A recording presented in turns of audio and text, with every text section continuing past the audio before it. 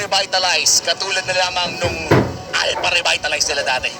Ayaw talaga magpahuli ng Fanatic Onyx Philippines pagdating sa mga sorpresa. Mga bulagaan. Bulagan 2024. Grabe talaga ang mga pigs dito ng Fanatic Onyx. At ito na nga po, papasok na tayo sa Land of Dawn. Kanina nakakita tayo ng napakalakas na laro mula sa Fanatic Onyx Philippines. A perfect game na minsan mo lang masasabi in a upper bracket match. Yeah, and ito na yung pagkakataon na para sa Team Liquid Indonesia na ibawi yung mga nangyari ng game at number 1. Pero nakikita natin ngayon, based tungkol sa body language nila ni Coach Wynot, para bang nakaready sila. Kaya pala pangidingin dito si Coach Wynot, may pinaplano palang ilabas na bago. At kung kaya namang sumabay in terms of the region, babalik naman yung buhay niyan. Huwag kayong masyadong mag-alala. Ang problema dito ay parehas bumabalik ang buhay. Pangalan ng dalawang to, yung isa kailangan lang ng hangin, yung isa naman ay kailangan lamang ng grass. Hangin and grass. Oh, wait lang. Kasi si Puso may nahabol din. Para lamang sa hampasan pala itong chip. Makatitid pala itong piniro na ito kahit walang damage item. Masalo na kapag sinapak ka ng may concussive blast. Yan yung talagang masakit ng levels 1 to 2. Pero yun na nga, nakikita na natin pumapalag si Kirk at mukhang babalik din lang ang kanyang buhay. Magpapabanat pa yan ng isa. At ayan na nga, the Uranus gameplay. Malamang nakanginidig dyan si Dilar. Nandiyan si Dilar. Nandiyan talaga. Malamang napasigaw yun nung kinuha yung Uranus. Pero parang ang plano ni Fanatic Onyx Philippines ay kunin na rin si Winnie. Napagsakan pa ng Appraiser's Rod. First blood ay napunta kagad ni Kiko. Gitnang-gitna ba ng Appraiser's Rod at true damage? Wala nang mas totoo pa. Pero si Fabian, hinahanap din si Kirk. Yung revitalize ay nandyan. Buhay pa rin talaga. Grabe naman. Kiko for the follow-up na gamit ni kagad revitalize. Ano yung thought? Napasok din si Fabian. Washing. Dash out. At ilang segundo na lang ay pabuhay na rin yung unang pagong ng laban na ito. Pumipwesto at magpapalevel for the rest. Pero nice stun mula dito kay King Kong. Napilitang mag-consecration pero si Aran ngayon ang nabaliktad pa. Ang update at ang sakit. Oo nga pala, no, yung mga ganong folks mula kay Kirk, nailistakan pala yan. Pero ngayon umalis na rin. Dito si Kiko, remote from Team Liquid ID. Nakabawi din sila ng isa dito pero tamang hampas pa rin. Ito si Aran. Habang Jin Kondo, pero natamaan din ng Power of Wilderness. Di Aran, nakabawi din ng isa dito. Team Liquid ID, Flicker out. Dito si Super Prince, nabuhay pa. Pero si Kirk, buhay pa ba at makakaligtas? Yes, sir. Napakataas naman kasi na region pero I think that surrenders yung first turtle na mapupunta ngayon sa Team Liquid ID. Naging masyado atang mainit ang side ng Fanatic Onyx Philippines. Medyo nanatili sa harapan ng mga taong hindi na dapat hinaharapan. Kaya kalma na lang muna Team Liquid ID ang nakakalabang sa ngayon. And for King Kong, no? Normal lang naman kasi na ganyan kaya mong bumalag anytime. Friend rin yan And ito muli yung mga bibihira pagkakataon na gumagamit itong si King Kong ng Frederick. Kasi kung maalala natin, nung mga previous seasons pa, kahit utility jungle ang meta, assassin pa rin ang kinukuha nito no? Oo, na ngayon pag assassin meta ay kumukuha naman ng tank. Kumbaga maiba lang. At of course, still very talented jungle. Hindi naman nasasayang yung mechanics niya dito sa Fredrin dahil mechanics din naman. In fact, ang isang Fredrin kailangan talaga marunong kang pumesto, marunong kang sabihin na lang natin mag-manage ng iyong gray health. At dami rin namang iniisip kapag nagpe-Fredrin ka. And for Fanatic Onyx Philippines, kailangan lamang nilang makahanap ng isang malupit na play, specifically kay Aero Jiggy. And for me, ito na yung pagkakataon talaga ng Fanatic Onyx Philippines. At siniman na nakakagal dito ni Bruce Kong. Si Willie, yung mag-ipot nila. Ang Aero Jiggy, may BMA pa naman siya. Nakatakas siya dito, pero pasok si Fabian. Dahil nagamit nga rin yung teleport dito ni Willie. Habang si Aran naman, pinagtutulungan na. Gamit nila pressure na, pero buhay pa rin. Habang sigaw, sa malubog na rin yung manipulation na sa luhan. Nakapag na meron dito ng Fanatic Onyx Philippines. Habang siya lang, awan ng isa. Pwede nursing naman na kay Super Prince at yung kahon at yung bilog.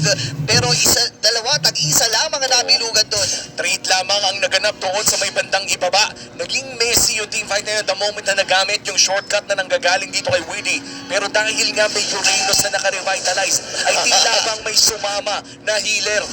Nandun kayo sa loob ng dungeon din. Malapit na mawala yung mga kakampi mo pero biglang may spong na may dalang HP, may dalang pagkain. Meron And napakaganda ng timing na yun mula dito kay Kirk. Ngayon naman, tatiming din ni Bruce na si Pain. Nandun yung Curse of Growth. Ayun, Bruce ko ay nakakuha na ganun. Kabilis ninunaw si Willie. At ang sama doon dahil yung pure tank doon sa Hilda ay binigyan lang ng Fnatic Onyx Philippines. Kaya naman ang turtle mukhang malulunod dito ang side ng Team Liquid ID. Maliban na lang kung makahanap si Fabian ng angulo na siya sa may vicinity. Okay, buhay pa rin naman si Kirk dito pero lumayo lamang. And yung passive niya ay nag-proc na rin lang sa may sundon, sa may retribution. At naiipan dyan si Fabian na magsakan.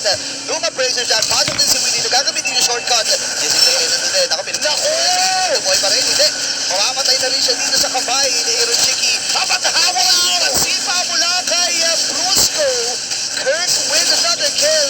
Then si Willie naman ngayon ay naipit. Naku, wala ng pantakas. At parang ganun lang men yung shortcut, napakasama pa. Wow! Pumasok si Super Friends at aga nang nag-feathered airstrike. Kumalat bigla yung team fight para sa Team Liquid ID. Yes, hindi masyado nakapag-create si Kedra.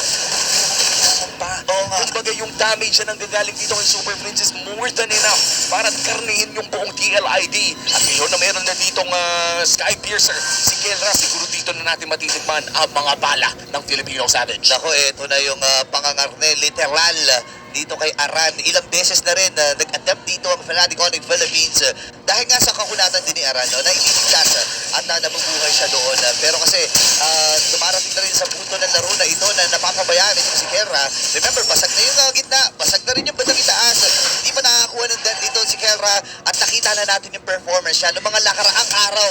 Paghawak na itong Granger, napakalupit talaga. Tsaka parang nakita niya yung laro kanina ni Innocent eh. Oo nga. Si Kelra pa naman pag nakakita ng magaling na gold laner, hindi yan nagpapalamang. Oo, nanginginig yung mga daliri niyan. Gusto ko rin gamitin yan. 19-0 kanina si Innocent. Of course, medyo mahirap habulin yun. No? Record-breaking yun, by the way. Yep. Congratulations, Innocent. Dahil siya ang may pinakamataming kills ngayon in M-Series history in one game. Grabe, no? Yun, ganong kalupit yung naging Granger game kanina. Kaya siguro na ginanahan din mag-Granger dito si Kelra papasok against Team Liquid ID. And in this matchup, no, Burrito, yung tapatan naman ng Glod at Granger, maganda yan pag pumasok na ng late game. Oo, tama ka nga doon. And speaking of magpasok, pumasok na nga rin sa may bandang ibaba at napagtulong-tulungan. Dito si Kelra mula doon sa shortcut. Sabay balik din na papunta doon sa kanilang pinanggalingan. Ngayon si Super Friends nasa gilid. May nag-aabang na sipa mula kay Brusco at hawak pa rin ni King Kong itong pag-move na ito. Ngayon pinagtulong-tulungan na siya tatlo. Placing duwa sa likuran. Pero di Fabian ay nakabawi na nga rin. Habang flicker mula dito kay Super Friends. Lipat-lipat na siya with weak by wings. Pero buhay pa rin si Kirk. Napakakunat lamang talaga pero walang malakas sa lima. At Team Liquid ay makakuha ng kill. At napakahirap nga talagang mabuhay doon. 5 na ang kumakarne sa isang Yura. Kahit pa sabihin natin na Yura yan, hindi pa rin yan magiging sapat para sabihin naman nating tangkihin yung limang damage dealer na nanggagaling sa Team Liquid ID. Napakadikit ng game 2 natin dito, Burrito. Balikan lamang Team Liquid ID. Lamang na naman sa ngayon ng Fnatic Onyx Philippines. Medyo nawala yung tempo na nahawakan nila kanina nung tuloy-tuloy ang pagsibali, Brusco. Alam mo yun yung gusto ko sabihin kanina, yung tempo ay nabago talaga at napupunta na doon sa poder ng Team Liquid ID. Pero remember, 8 minutes pa lang naman and isa sa mga threat na kailangan natin pag-usapan dito, itong si Kelra at si Super Prince. Super Prince, isa sa mga masasabi kong sobrang consistent na mid laner, no? Dito sa M6. Hindi lang siguro sa buong mundo rin. That's true. At napakarami nagkukumpara sa kanya kay Sans, tapos kay Yue, na pinaghalo-halo na daw, parang ganun. Kaya nga monster mage.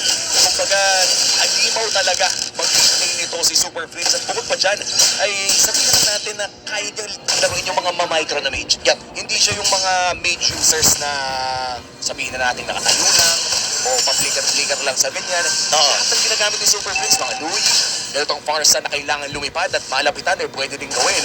At sa ngayon, Fnatic Onyx Philippines mukhang bumibili lamang ng espasyo having that river control. Yes, with ID, the flicker play for Brusco. Okay, nakasipa na nga rin habang si Kirk ay nandun with the revitalize pero may dito siya pa hindi. Namatay din si Brusco. Kaya may sinuwi naman naman kaya si Shiki at si Kirk. At naging punti rin dalawang raga na pumunta din sa Fnatic Onyx Philippines. Habang si King Kong sinasalo lang lahat ng damage mula sa Team Liquid at tras mula sila dito at kailangan nila mag-group kasi 10 segundo mabubuhay na rin yung Lord. O hindi pa ata sapat ang burst damage ng Fnatic Onyx Philippines dito. Sinubukan ni Brusco gumawa ng play.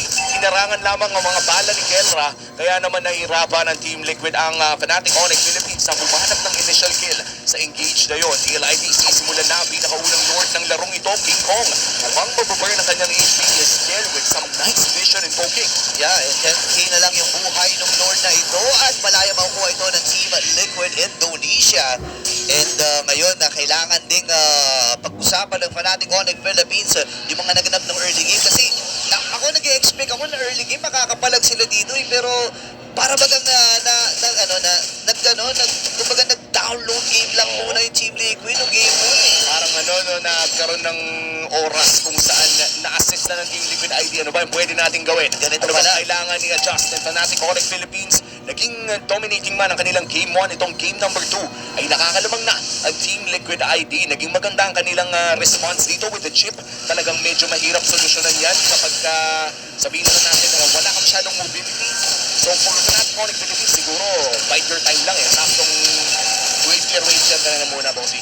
Ganyan nga ginagawa ni Kirk kasi alam niya rin na hindi pa nila ma-afford na makipagsabayan dito. And remember, hindi ito yung traditional na XP laner na lagi nating nakikita, no? Yung may mga back zone, yung may zone, yes, pwede rin, pero kasi wala tong control. Yun siguro yung medyo kinakalamang dito ng Team Liquid ID against dun sa lineup ng Fnatic Onyx Philippines. Pero kailangan tumagal. Kailangan mapalalim dito ng Fnatic Onyx Philippines. And sa ngayon naman mukhang nasa magandang sitwasyon pa rin ang Fnatic. Nasa magandang sitwasyon pa rin naman. Wala pa namang inhibitor turret na bumabagsak. Again, this is just the first lord of the game.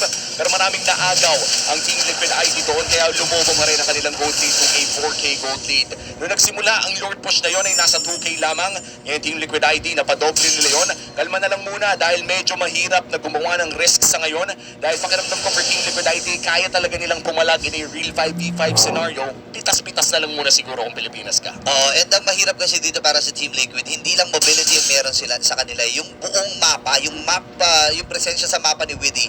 And any moment kasi pwede lang siyang mag-shortcut, patawagin yung tropa, and makipagsabayan na kagad kung sino man ang gusto niyong mahuli. Ilang beses natin nakita yun, yung pinakauna ay against Kera dun sa may bandang ibaba. Pero ngayon ay unti-unti kumukontrol ang Team Liquid doon sa may lower portion ng mapa ng Fnatic Onyx Philippines at si King Kong lamang ang may kakayahang mag-check ng mga bush na yan. Kakalmahan naman siguro nila. Wala pa namang 8K yung gold. Winnable pa rin naman. Sadyang may ramdam ka lang na konting lamang ang Team Liquid ID in terms of long team fights. Ang maganda naman dito for Fnatic Onyx Philippines ay hindi masyadong behind si Kelrano. Kahit sabihin na natin 1,000 yung lamang dito ng isang clone, hindi naman masyadong nagmamatter in terms of the damage. Mamaya pa siguro yan kung lumaki ng mga 2K or 3K kasi isang buong item na ang lamang ng clone nun kung sakali pa. For Fnatic, clear lang talaga. Yun lang kailangan nilang isipin sa ngayon. Parang sinabi nga rin kay Kirk, ikaw na bahala dyan. Sige, mag-clear ka muna ng wave. And make sure mo lang na masisipat mo yung mga gilid-gilid dyan. Kasi again, merong Y-walk dyan. Ayan, pwedeng any moment ay tumulay at pumunta dyan, pumasok dyan. Ito si Willy. And ngayon, nagkakitaan na pareha sa jungle. Tignan natin ang sayaw sa Lord. Kung si King Kong pa rin ang hahawak, tandaan natin because of the changes dito sa Lord, ay hindi ito pwedeng panghawakan ni King Kong ng matagal. Kasi to be said kay Fabian, kung sino mga umahawak nito, ay mas makakalamang naman siguro si Fabian dahil nag-i-is na lifesteal ang isang war axe build dito. Okay, naiipit ata dito si Kirk. Out of river manipulation. Ay, sinimulan na nga kagad sa Team Liquid Indonesia. Federation, sige lang ako na kill. Habang si Kiko ay nandun, nakabawi din ang isa itong si Ezekiel. 14K ang buhay ng Lord. I-release ng panandalian lamang. Si Ezekiel, nandun pa niya pokes. Kiko dito, medyo delikado siya. Half health. Siya dito, habang si Fabian. Naku, siya ata magiging delikado dito habang si Hiroshige versus Kera. At napapatay na rin si Kiko. At anong makukuha pa ito ng Team Liquid. At ang kasagutan ay oo. Team Liquid Indonesia ay nakalam na. Nakulong sa loob ng Lord Pit si King Kong at sa pagpasok doon ni Aaron Jiggy ay nahanap niya yung very low HP na Fredrino. Nakikita natin yung great health ng nakalaki. Siguro kung naisapan niya yung Appraiser's Rat o meron siyang sapat na energy para ilapag yon, that could have been a different story. Pero sa moment na yon ay ilang hits lamang ang kinailangan gawin ng Team Liquid ID para makuha yung score na yon against this Fredrin. Kitang-kita naman kasi sa bit, Papi. Nakikita mo dito, pang tunaw ng tank yan eh. Ang hirap talaga saluhin ng mga damage mula kay Aaron Shiki. And yan, tama ka dun eh. Tapos Malefic Gun. So, kahit pa paano nagkaroon ng kalamakan pagdating sa range. And dito na nga yung range battle. Natamaan din ng mga Death Zone nata dito. Naramdaman ni Ezekiel at kailangan niya mag-replenish ng buhay. Pero lumalaki na talaga ang gold lead ng Team Liquid ID. 7K gold lead at kita ang suporta ng mga Pilipino. Tungkol sa may bandang ibaba. Kirk, makaka-region naman ng bahagya pero yung Lord ay nandun pa rin. Nagmamarsya pa rin in the bottom lane. Ang buong matagal-tagal na pagdedepensa ang gagawin ng Fnatic dito, Burrito. Kapit lang kung ikaw ay nakasuporta sa Fnatic Onyx Philippines, kailangan mo lang kumapit, kailangan ibigay ang full support. Aray ko po! Napakakati naman ng mga normal hits dito na Aaron Shiggy. Habang tumatama na rin yung Death Sonata para dito kay Kelra. Ngayon, yung Lord ay sumuro na doon sa may bandang ibaba. Immortality ay available na rin para kay Brusco. Pero dito ata muna pipigil ang Team Liquid Indonesia. Oo, ayan na nga. Mukhang matutunan naman ng Lord. Fnatic Onyx. Isang inhibitor turn pa lang naman ang nawawala sa team wave. Lalaban na talaga nila ang mid lane. Pero ang stun ay maglalanding for forces out of consecration. Pero sumasakit na rin si Kelra. Si Aran ay tatanggi ng bahagya. Pero yan na ata ang katapusan ng pag-push ng Team Liquid ID. Lamang na nga ng 7,000 kapatid. Lumobo na talaga and hindi makahanap ng solusyon dito ang Fnatic Onyx Philippines. Nakikita naman natin na sobrang kontrayado talaga ng Team Liquid, lalo na sa mga team fights. Kapag ka 5v5 kasi, alam nila na may kukuha sa likod, which is yun yung medyo may kakulangan para sa Fnatic Onyx Philippines. Kailangan mag-exert ng napakataas na effort dito ni Brusco para abutin si Ezekiel or even itong si Aaron Shiggy. Habang sa Team Liquid naman, real-world manipulation tsaka blazing duels lang, goods na Oo. may purify pa yan si Aaron, di ba? Tapos sasabayan mo pa ng chip dun sa likod, no? Oo nga. Napakahirap talagang labanan yan at kahit si Super Prince, wala na masyadong damage kay Aran. Oo, ikukumpara natin yung game number 1. Napakarami kasi nilang damage dealer noon and snowball din kasi yung Fnatic Onyx Philippines. Ngayon, ito ang problema, no? Nakasabay itong si Aran, halos pa level 15 na rin and kailangan nilang humanap ng way para tunawin at butasin ito. And for me, kaya pa naman, may Lord, kaya pa. mag-spawn in a few and may kakayahan pa sila dito na kumases. Medyo magiging mahirap.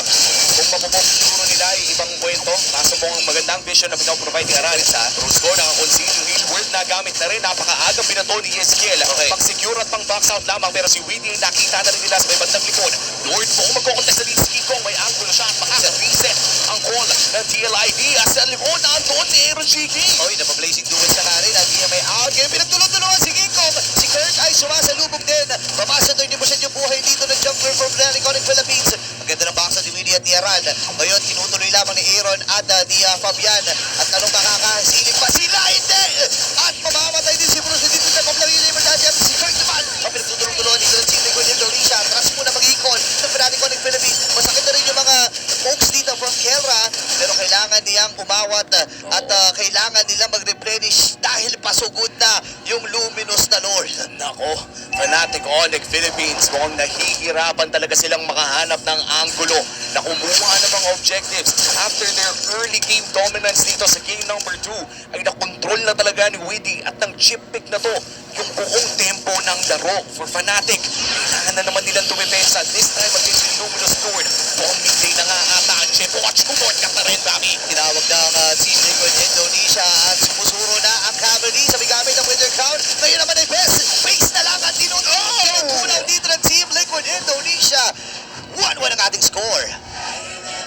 At secured na nga ang game number 4. Hindi nagpatinag ang Team Liquid ID kahit binigyan ng napakalupit na game 1 ng Fnatic Onyx Philippines ay muling nanaig ang kampyon ng Indonesia para lumaban sa kampyon ng Pilipinas. Ito yung sinasabi ko kanina, mabigat na kalaban ang Team Liquid Indonesia at hindi sila papayag na kumbaga bigyan ng napakadaling laro para dito sa laban na tayo. Ensured na nga ang ating prime burrito na game number 4. Pero sa ngayon, 1-1 na naman. Parang nagiging araw ng 3-1 ngayon no? Oo nga eh. Pero syempre alam naman natin kung sino magti-3 dyan. Tsaka kahit ano naman